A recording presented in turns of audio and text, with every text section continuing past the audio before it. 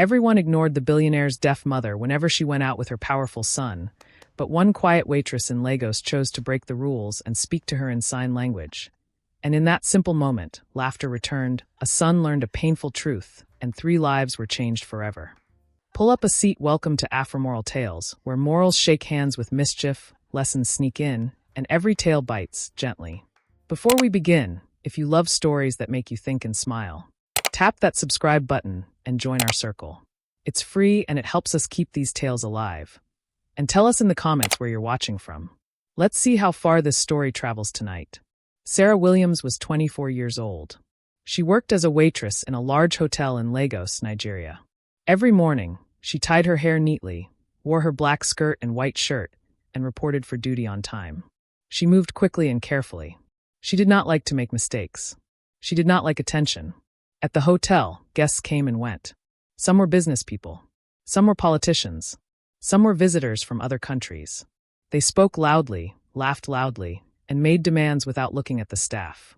Sarah always answered with a soft voice. "Yes, sir." "Yes, ma." She kept her head slightly bowed and her face calm. Most people did not notice her. But Sarah preferred it that way. Before she started working at the hotel, she used to be different. She used to smile easily. She used to talk a lot with her hands. Her younger brother, Michael, was born deaf. From the time he was a baby, Sarah learned sign language so they could understand each other. Their home was small, but it was full of movement. Their hands were always in the air. They shared jokes. They shared secrets. They argued and made peace using signs. When their mother was tired after work, Sarah helped Michael with his homework. She explained his lessons in sign language. Michael trusted her. He depended on her. She was not just his sister. She was his voice. Then Michael fell sick. What started as a simple infection became serious. The hospital bills became too much. Their mother tried her best, but they did not have enough money. After months of struggle, Michael passed away. The house became very quiet. Sarah stopped signing. There was no one to sign to anymore. Each time she raised her hands, pain filled her chest. So she let them rest by her sides. Slowly, she buried that part of herself. Working at the hotel helped her hide. There, she did not need to speak much. She only needed to serve food, clear tables, and follow instructions. She focused on carrying trays and memorizing orders. She avoided conversations that were not necessary. Inside her heart, there was an empty space where Michael used to be. Sometimes, when she saw siblings laughing together in the hotel lobby, she felt a sharp ache. But she quickly pushed the feeling away. She reminded herself that life must go on. So Sarah continued her quiet routine. She worked. She smiled politely. She kept her hands still. And she tried not to remember the girl who once spoke so freely with her fingers. Sarah believed that every day at the hotel would be the same. Serve, clean, go home, and return the next morning. She did not expect anything new. But one afternoon, the manager called all the staff together. "A very important guest is coming today," he said. "His name is David Johnson. Make sure everything is perfect." The name was familiar. David Johnson was a well-known businessman in Nigeria. He owned companies in oil, real estate, and transport. People said he was smart and disciplined. They also said he did not tolerate mistakes. Later that day, a black car stopped in front of the hotel. David stepped out first. He was tall, neatly dressed, and serious. His movements were confident and controlled. Then he turned and helped his mother out of the car. Mrs. Johnson was in her late 60s. She dressed simply but with care. Her steps were slow, but she stood with dignity. Her face was calm, but her eyes looked distant, as if she was watching a world she could not fully enter. The staff greeted them politely. "Good afternoon, sir." David nodded. Mrs. Johnson smiled gently, but she did not respond. As they were led to their table, David stayed close to her. When the host asked, "Table for 2?" David answered before his mother could even look up. "Yes." Quiet corner. When they sat down, a waiter approached with menus. He began speaking to Mrs. Johnson. "Ma, would you like?" "She'll have what I order," David interrupted calmly. The waiter paused, unsure, then turned his attention to David. Mrs. Johnson adjusted her handbag and looked at her son. She gave a small nod, but she did not speak. A few moments later, another staff member asked if she would like something to drink. David answered again. "Water. No ice." Mrs. Johnson folded her hands on the table. David loved his mother. Everyone could see that. He made sure she was comfortable. He made sure the chair was steady before she sat. He made sure no one disturbed her. But he did all the talking. He believed he was protecting her from embarrassment. He believed he was saving her from stress. Mrs. Johnson had lost her hearing many years ago. It happened slowly. First, she missed small sounds. Then she struggled to follow conversations. Finally, the world became silent. David tried everything. He bought expensive hearing aids. He paid for specialists. He took her to the best hospitals in Lagos and even abroad. But nothing brought her hearing back fully. Over time, he stopped expecting her to respond. Instead, he responded for her. And slowly, without meaning to, he made her invisible. At the other side of the room, Sarah stood still, watching their table.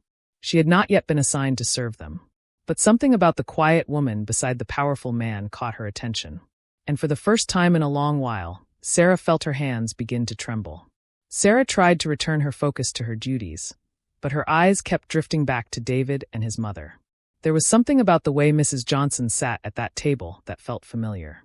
Just then, the manager walked toward her. "Sarah, you will handle table 6, he said quietly. "That is Mr. David Johnson and his mother. Be careful. No mistakes." Her heart skipped. "Yes, sir," she replied. She picked up a tray and walked toward them, steady and calm on the outside. Inside, her thoughts were moving fast. As she approached, a junior waiter was already standing beside the table, trying to take their order. He leaned slightly toward Mrs. Johnson and spoke louder than necessary. "Ma, what would you like to eat?" Mrs. Johnson did not respond. The waiter tried again, this time almost shouting. David looked up, annoyed. "She'll have the grilled fish," he said firmly. "And vegetable rice. No pepper." The waiter nodded quickly and left. Mrs. Johnson lowered her eyes to the table. She pressed her lips together gently. It was a small movement, but Sarah noticed it. When Sarah reached the table with a bottle of water, she stood quietly for a moment. Up close, she could see the small hearing aid resting behind Mrs. Johnson's ear. That was when she saw it clearly. The look. It was not confusion. It was not weakness. It was the look of someone trying hard to follow a conversation without sound. Mrs. Johnson's eyes moved from David's lips to the waiter's face and back again. She was watching carefully, trying to catch meaning from movement. Sarah felt something shift inside her chest. She had seen that look many times before. Michael used to wear that same expression when teachers spoke too fast in school meetings. When children laughed during games and he did not know why. When adults discussed things around him without including him. It was the look of someone present, but left out. The look of someone sitting in a room full of voices, but hearing none. Sarah swallowed gently. David continued checking his phone. He answered a call briefly, then returned to typing messages. He did not notice his mother studying faces around her, searching for connection. Mrs. Johnson straightened her shoulders and forced a polite smile when David looked her way. But when he looked down again, the smile faded. Sarah stood there holding the water bottle longer than necessary. Her fingers tightened around the glass. She remembered how Michael's hands used to move so freely. How alive he looked when someone signed to him. She had promised herself she would never open that door again. But now, standing beside this table, watching this quiet woman trying to belong, Sarah felt her hands grow warm. And for the first time in 2 years, she wondered what would happen if she raised them again. Sarah stood beside the table, her fingers still wrapped around the bottle of water. The memory of Michael's face stayed in her mind. She could almost see him sitting there instead of Mrs. Johnson. David looked up briefly. "Water," he said. "Please be quick." "Yes, sir," Sarah answered softly. She poured water into his glass first.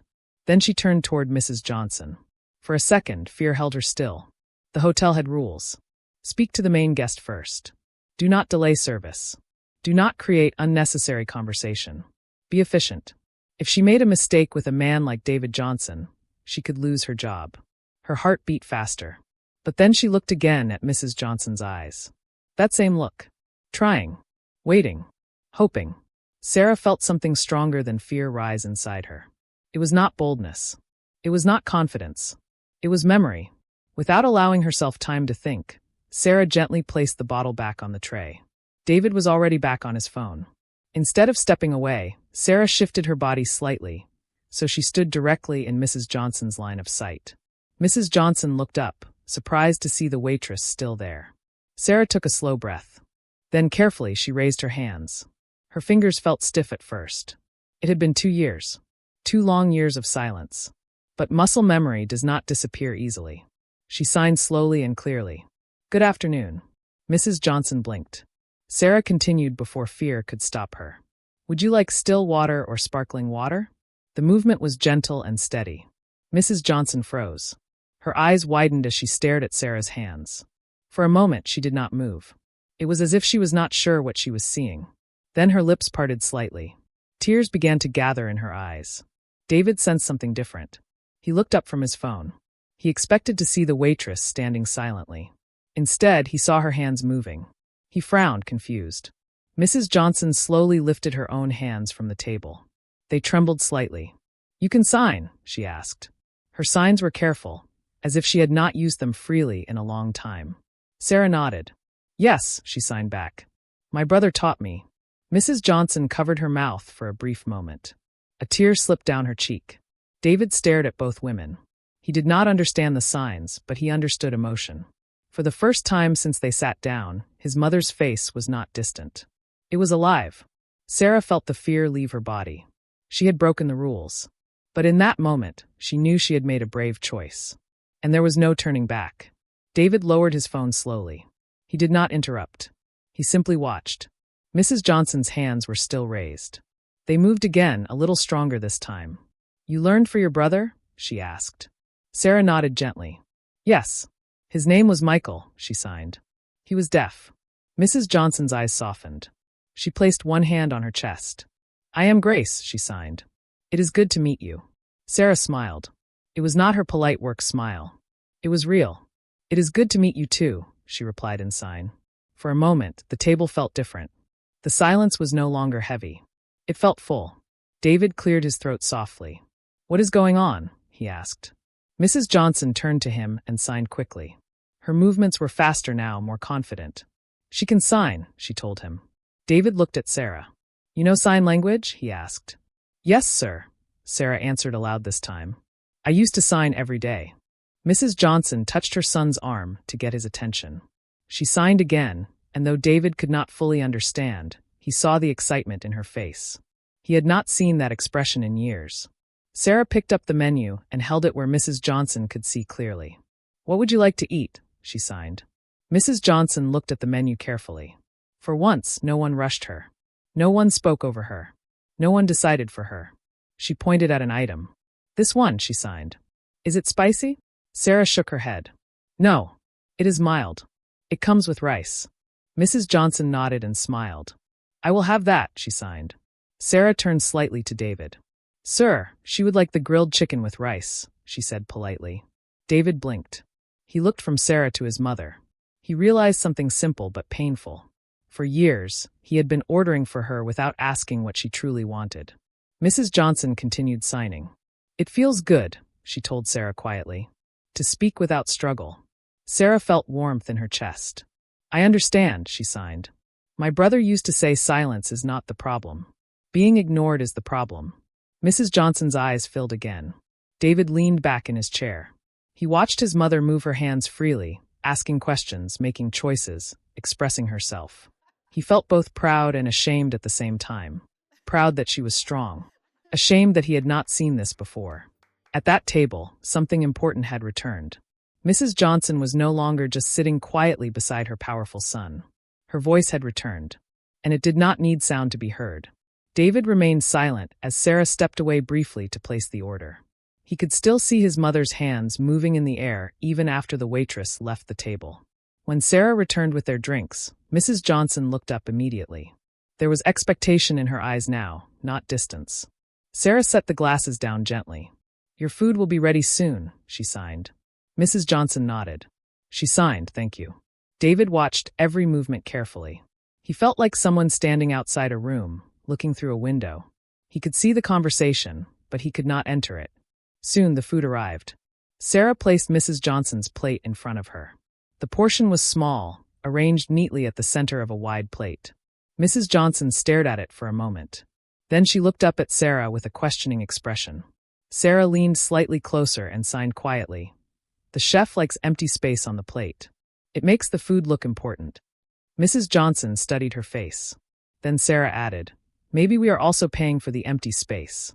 For a second, Mrs. Johnson did not react. Then her shoulders began to shake. A sound escaped her lips. It started as a small chuckle. Then it grew. It became full laughter. Loud, free, uncontrolled. People at nearby tables turned their heads. David froze. He had not heard that kind of laugh from his mother in many years. Not since before her hearing faded. Not since before she began depending on him for every public interaction. Mrs. Johnson wiped tears from the corner of her eyes as she continued laughing. She signed. "You are funny." Sarah grinned. "My brother used to say I talk too much with my hands," she replied in sign. Mrs. Johnson shook her head gently. "Do not stop," she signed. "Your hands are a gift." David looked down at his plate. His appetite was gone. He thought about the expensive hospitals, the specialists abroad, the costly hearing devices. He had spent so much money trying to fix his mother's silence. Yet this simple conversation, given freely by a young waitress, had done something he could not buy. He realized something else. His mother was not laughing because of the joke alone. She was laughing because she felt included. Because someone spoke directly to her. Because she did not have to depend on him for every word. David felt a deep weight settle in his chest. Across the table, Mrs. Johnson continued eating, asking Sarah small questions about the meal. Her face looked lighter, younger, alive, and for the first time in a long while, the table did not feel like a place of duty. It felt like a place of joy.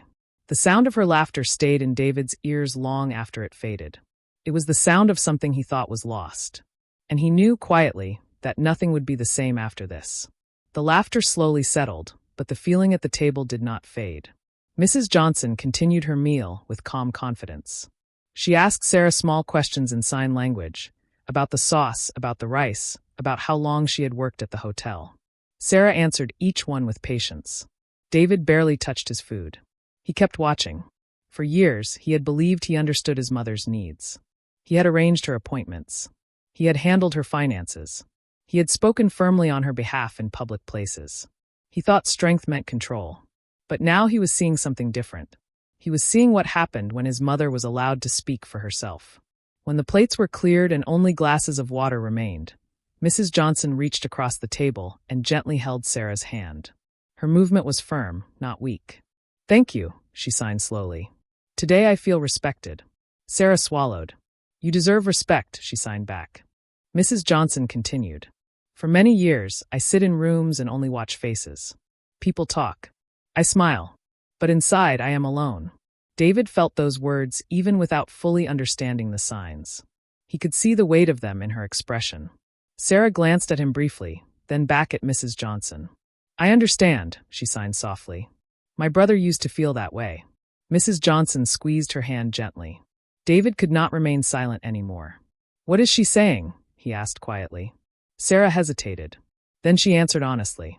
"She said she feels alone sometimes, sir." The words hit him harder than he expected. Alone. He looked at his mother. She had never complained. She had never argued. She had followed his lead everywhere. He had taken her silence as agreement. But now he realized something painful. Silence is not always agreement. Sometimes it is surrender. He leaned forward. "Mother," he said slowly, making sure she could see his face. "Are you unhappy when I speak for you?" Mrs. Johnson looked at him carefully. Then she raised her hands. Her signs were calm but clear. "You love me," she signed. "But you do not always listen." Sarah did not speak the translation this time. She did not need to. David saw it in his mother's eyes. He lowered his head for a moment. "I thought I was protecting you," he said softly. Mrs. Johnson shook her head. "I need a son," she signed, "not a shield." The words broke something open inside him. For the first time, David Johnson did not feel like a powerful businessman. He felt like a son who had much to learn. And at that table, in the quiet space between spoken words and moving hands, he began to learn it. David did not say much more that afternoon. When they left the hotel, he walked beside his mother in silence. Not the heavy silence of distance, but the thoughtful silence of someone who is thinking deeply. That night, he could not sleep. He kept hearing her words in his mind. "I need a son, not a shield." He replayed the scene again and again. The way she laughed. The way she chose her own meal. The way she looked alive. He realized something simple. He had built companies across Nigeria. He had created jobs. He had signed contracts worth billions. Yet he had failed at the most basic thing, giving his own mother space to speak. 2 weeks later, the hotel staff were called for a general meeting. Then the doors opened. David walked in. He was dressed simply. No large security team. No proud expression. Just calm focus. The room became silent. He stepped forward and held the microphone. 2 weeks ago, he began, I came to this hotel for lunch with my mother. Sarah's heart began to beat faster. I came as a businessman, he continued. I left as a son who had learned an important lesson. Staff members looked at one another, confused. David went on. I realized that success means nothing if the people you love feel unheard. The room remained still. My mother is deaf, he said plainly. For years, I spoke for her. I believed I was helping. I now understand that I was taking away her voice. Sarah felt her eyes fill with tears. David looked toward the back of the hall. His eyes found her. I met someone here who reminded me that communication is not about sound. It is about respect. He paused. Today, I am starting a new program in this hotel. Every staff member will receive paid sign language training. Murmurs filled the room. No guest or employee should ever feel invisible here, he continued. This program will be called the Michael Program. Sarah covered her mouth. Hearing her brother's name spoken in that room felt unreal. David continued. This is not charity. It is responsibility.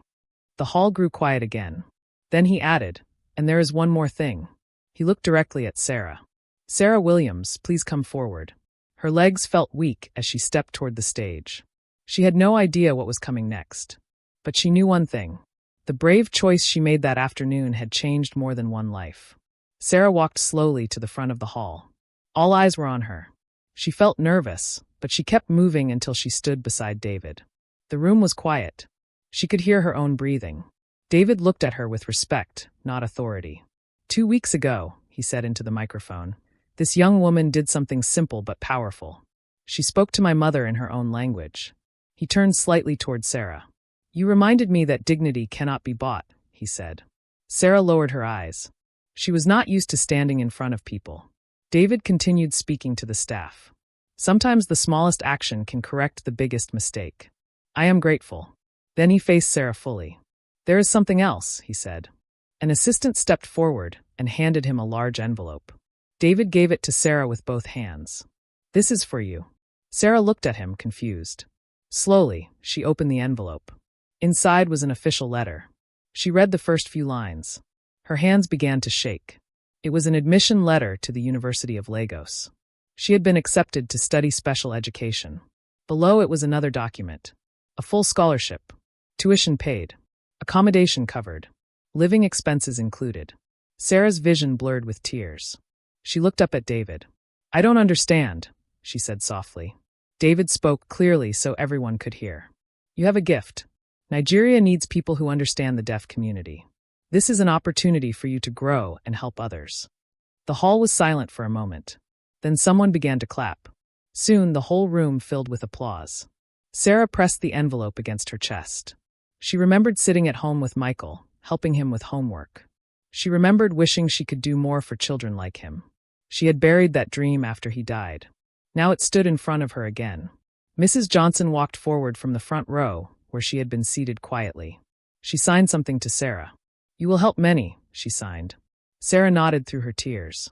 David stepped closer and said quietly, This is your new path. For the first time in years, Sarah felt something stronger than grief.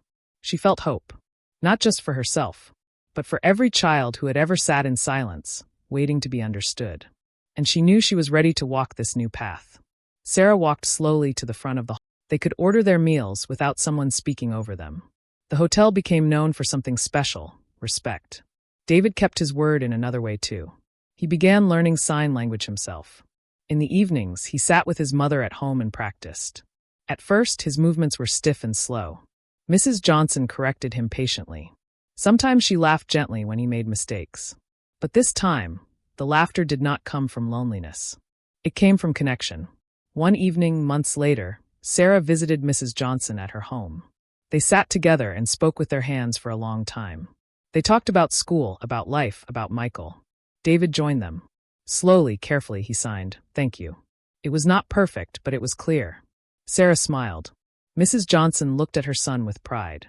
The silence that once filled their lives was no longer empty. It was peaceful. Sarah continued her studies and later began working with deaf children across Lagos.